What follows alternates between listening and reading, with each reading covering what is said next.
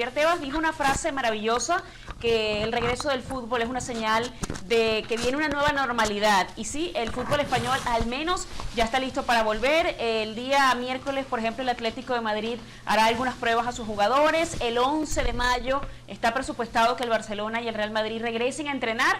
Eso sí, va a ser algo escalado, va a haber un plan, se le ha entregado a cada equipo, a cada jugador, una especie de folleto, porque esta es una decisión que se ha tomado en conjunto con las autoridades, con el gobierno español, para determinar el mejor modo. Primero, sesiones individuales, para luego entonces pasar a las grupales. Esto va a ser en un plan programado, pero bueno, esto es una gran noticia porque estamos prácticamente a la vuelta de la esquina. Se habla, por lo menos en España, del inicio de la liga para el mes de junio. Un país que ya se ha estado reactivando poco a poco, que ha abierto también la calle a sus niños y a las personas que quieran salir a hacer ejercicio al aire libre. Le damos la bienvenida entonces a Fer Palomo y a Manu Martín para hablar un poquito de esta situación que nos da muchísima emoción. Manu, voy a comenzar contigo porque evidentemente esa información que se le entrega a cada jugador habla de un plan de 4 fases, se activan 2. Cuéntanos un poquito de qué se trata en estas 2 fases y cuándo podemos comenzar a ver oficialmente el fútbol español.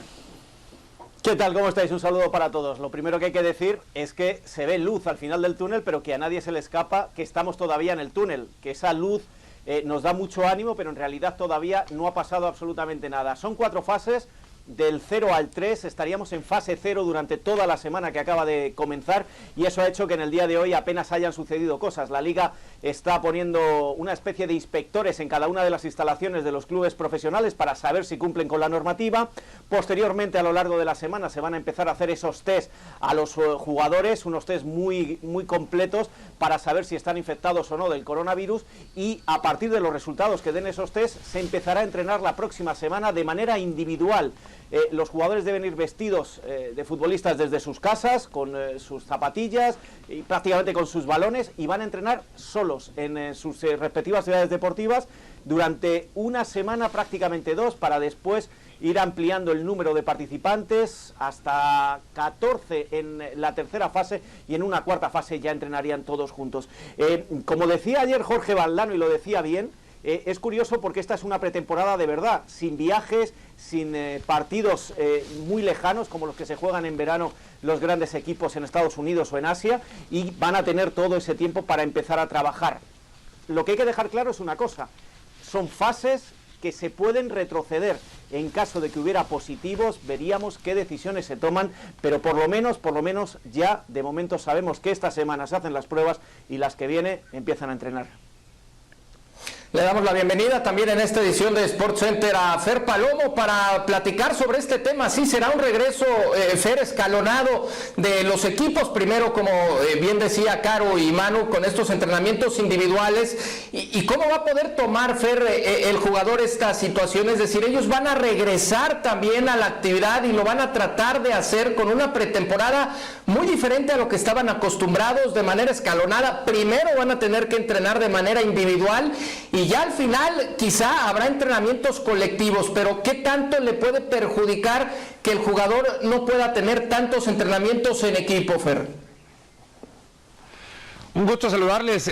Pues será todo atípico porque ni las pretemporadas, como apuntaba Manu, son como antes o como ellos mismos están acostumbrados a realizarlas. Tampoco ha sido este periodo de descanso ante la incertidumbre. Lo que los jugadores no sabían era cuándo volver, y regularmente, cierto que no con la frecuencia o intensidad que lo pueden hacer en un campo, pero se han estado manteniendo en forma porque el llamado podía llegar, no digo en cualquier momento, pero mucho más pronto de lo que ellos habrían pensado. Llegarán en mejor condición de lo que suelen hacerlo a una pretemporada y estarán mucho más tiempo en entrenamientos y no subidos en aviones, en viajes y en cambios de hoteles como lo tienen que hacer cuando regularmente entran en la previa a una temporada. Eso sí, charlando con un preparador físico de un equipo de la liga, hoy me decía que siente que sus jugadores son como leones enjaulados. Claro, así han pasado estos últimos días, encerrados y no enjaulados, pero con muchas ganas de volver. Están con un entusiasmo enorme. Ya el anuncio de la llegada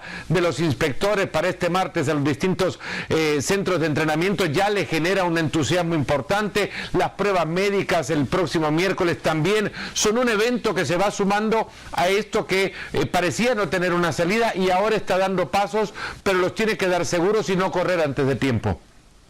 Y también hay que hablar de esos jugadores, Manu, que se están reincorporando. Por ejemplo, hoy veíamos a Frenkie de Jong llegar a Cataluña. ¿Cómo va a ser ese procedimiento para incluir a los que estaban fuera cumpliendo pandemia en sus países?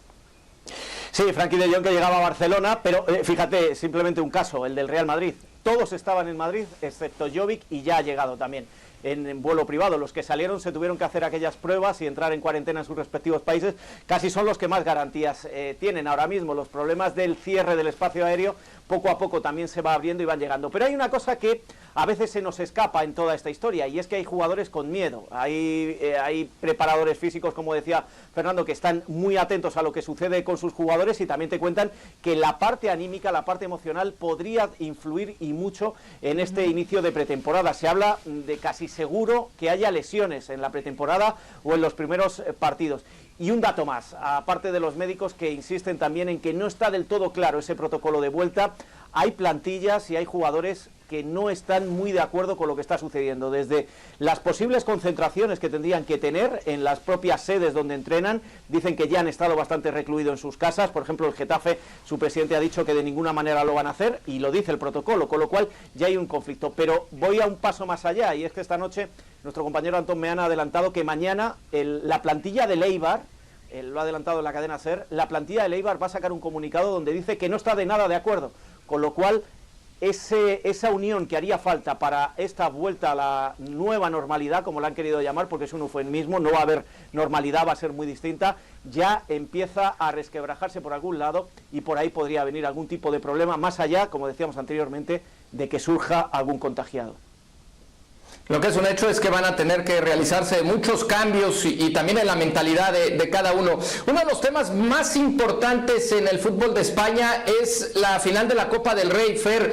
Hoy tanto el Athletic Club de Bilbao como la Real Sociedad han solicitado que el partido de la final se realice hasta que pueda ingresar público al estadio, por lo importante para ellos, evidentemente, que es la final de la Copa del Rey, sobre todo al ser un derbi vasco. Al parecer les han dado la anuencia, siempre y cuando, Fer, esta misma final pueda, o se realice, mejor dicho, antes de la final de la temporada siguiente. Es un tema primordial para tanto Athletic Club como para la Real Sociedad de poderlo definir, Fer.